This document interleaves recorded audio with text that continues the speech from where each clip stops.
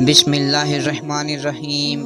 السلام علیکم ورحمۃ اللہ وبرکاتہ۔ اللہ رب العزت کی صفات عالیہ میں ایک بہت نمایاں صفت اللہ کی رحمت ہے۔ اسماء حسنہ میں الرحمن اور رحیم دونوں اسی صفت کے ترجمان ہیں، اور ان میں اللہ کی رحمت کی کثرت، عموماً تسلسل اور ورام سب کی طرف اشارہ موجود ہے۔ قرآن مجید میں سینکڑوں مقامات پر اللہ نے اپنی صفت رحمت کا ذکر کیا ہے اور حوالہ دیا ہے۔ تمام قرآنی سورتوں کے آغاز میں جو آیت تلاوت کی جاتی ہیں، تمام اہم کاموں کا آغاز جس بول سے کیے جانے کا حکم ہے وہ بسم اللہ الرحمن الرحیم ہے، جس میں اللہ کے رحمان اور رحیم ہونے کی صراحت ہے۔ قرآن میں مستقل ایک سورت سورہ رحمان کے نام سے موسوم ہے، جسے قرآن کی زینت قرار دیا گیا ہے۔ اس کا آغاز بھی صفت رحمان کے ذکر سے ہوا ہے، اور پوری سورت میں ابتدا سے انتہا تک اسی صفت کی ثمرات اور نمونوں کا بیان ہے۔ اس کے علاوہ بہت سے مقامات پر گنہگاروں، گناہوں اور جہنم کی سزاؤں کے ذکر کے بعد اللہ نے اپنے غفور اور رحیم ہونے کی صراحت فرمائی ہے، اور کئی مقامات پر اللہ تعالیٰ نے اپنی طرف رحمت کی نسبت کی ہے، اور کئی جگہ اپنی رحمت کی وسعت کو بیان فرمایا ہے۔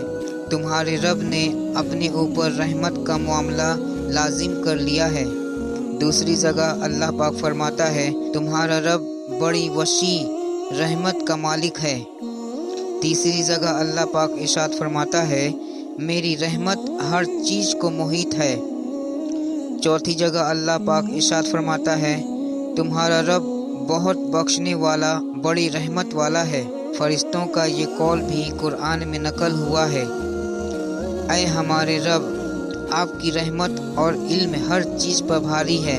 جناب رسول اللہ صلی اللہ علیہ وسلم کی احادیث میں اللہ کی شان رحمت کا تذکرہ مختلف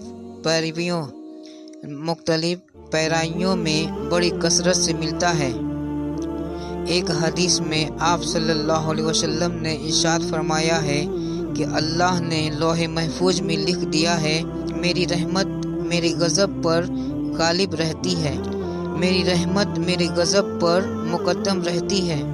مختلف احادیث میں یہ صراحت ملتی ہے کہ اللہ نے اپنی رحمت کے 100 حصے فرمائے ہیں، اس میں سے 99 حصے اپنے پاس عالم آخرت کے لیے روک لیے، اور ایک حصہ دنیا میں بھیج دیا۔ انسانوں، جنوں، حیوانات میں باہم جو محبت، تعلق اور انس پایا جاتا ہے، وہ اسی ایک حصے رحمت کا اثر ہے۔ اللہ کی اسی شان کا مظہر ہے، اس نے اپنے احکام سے بغاوت کرنے والوں اور گناہوں میں مبتلا افراد کو توبہ، استغفار اور اپنی طرف رجوع کا حکم دیتے ہوئے ان کو نا امیدی سے نکالا، اور اپنی رحمت کی امیدوں کی ڈور انہیں تھما دی ہے۔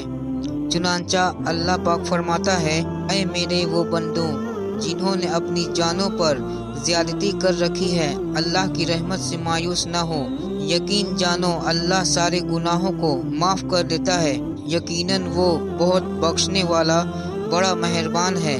بس تم اپنے رب سے لو لگا لو۔ اور ایک جگہ اللہ پاک ارشاد فرماتا ہے، تم اللہ کی رحمت سے نا امید مت ہو جاؤ۔ واقعہ یہ ہے کہ اللہ کی رحمت بہانہ ڈھونڈتی ہے، اور بسا اوقات بندوں کی بہت چھوٹی نیکیاں، بلکہ دل سے احساس ندامت، آنکھوں کے چند قطرے اور معافی کے بول اللہ کی رحمت کو جوش دینے میں کامیاب ہو جاتے ہیں، اور انہیں تمام گناہوں کی مغفرت اور جنت و رحمت کا فیصلہ ہو جاتا ہے۔ احادیث میں جگہ جگہ ذکر آیا ہے کہ ایک بدکار عورت نے صرف پیاسے کتے کو پانی پلانے کے عمل پر اللہ کی طرف سے مغفرت عطا فرما دی۔ اسی لیے آپ صلی اللہ علیہ وسلم نے ہدایت دی ہے، تم کبھی کسی نیک کام کو ہرگز حقیر اور معمولی نہ سمجھو۔ کسی نیکی کو معمولی سمجھنا اور اسے چھوڑ دینا بے حد خطرناک بات ہے۔ بہت ممکن ہے کہ اسی نیکی کی وجہ سے اللہ کی رحمت متوجہ ہو جائے، اور बेड़ा पार हो जाए। नेकियों को मामूली करार देकर छोड़ने का ख्याल डालना शैतान की मकराना तदबीर है। लिहाजा कुछ पता नहीं कि अल्लाह ताला के यहाँ कौन सा अमल मकबूल हो जाए। वहाँ कीमत अमल के हज़म, साइज़ और गिनती की नहीं है, बल्कि वहाँ अमल के वज़न की कीमत है, और ये वज़न इखलास से पैदा होता है। अगर आपने बहुत से अमाल किए लेकिन उनमें इखलास नहीं था तो गिनती के एतबार से तो वो अमाल ज़्यादा थे लेकिन फ़ायदा कुछ नहीं। अगर अमल छोटा सा हो लेकिन उसमें इखलास हो तो वो अमल अल्लाह ताला के यहाँ बड़ा बन जाता है।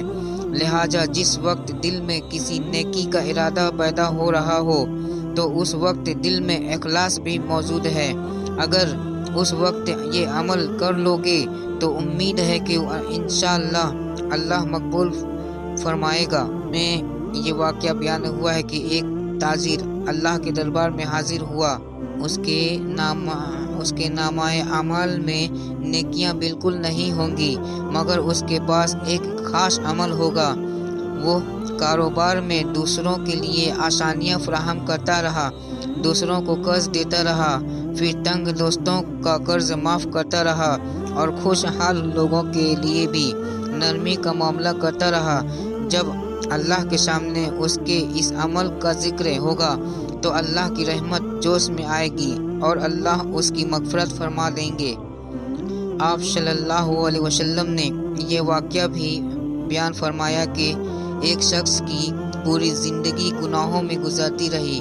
मौत का वक्त आया तो उसने अपनी औलाद को वसीयत की कि मेरा इंतकाल हो जाए तो मुझे जला देना और मेरी राख हवा में समुंदर के पास बिखेर देना। मुझे डर है कि अल्लाह ने मुझे पकड़ा तो ऐसा अजाब देगा जैसा किसी को ना देगा। बिल आखिर उसकी मौत के बाद अहले खाना ने वसीयत के मुताबिक किया। अल्लाह ताला ने उसके मुंतशर अज्जा जमा फरमा दिए, अपने दरबार में हाजिर किया और फरमाया, तुमने जो वसीयत की थी उसकी वजह क्या थी?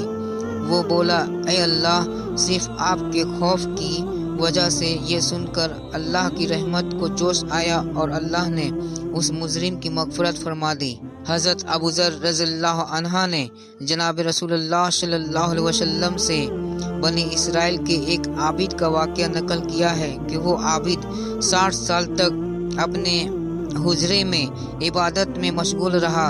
एक दिन किसी ज़रूरत से बाहर निकला तो एक औरत पर उसकी निगाह पड़ी। वो आबिद उस औरत की हुस्न पर फरिफ्ता हो गया और उस से जिना में मुब्तला हो गया।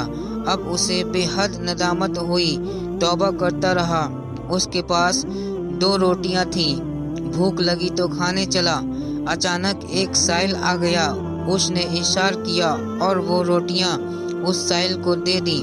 कुछ अरसे बाद उसका इंतकाल हो गया।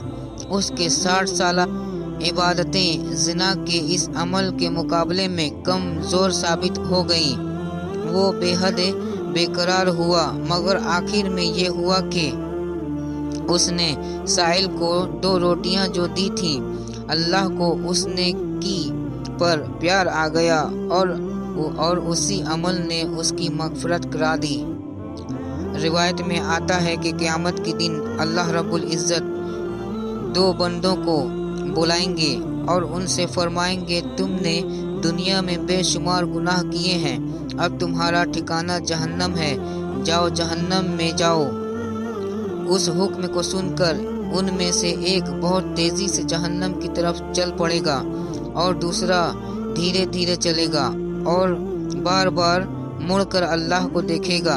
अल्लाह ताला उन दोनों को वापस बुलाएंगे और पहले शख्स से सवाल करेंगे, मैंने तुमको जहन्नम में जाने के लिए कहा, तुम तेजी से चल पड़े, उसकी क्या वजह थी?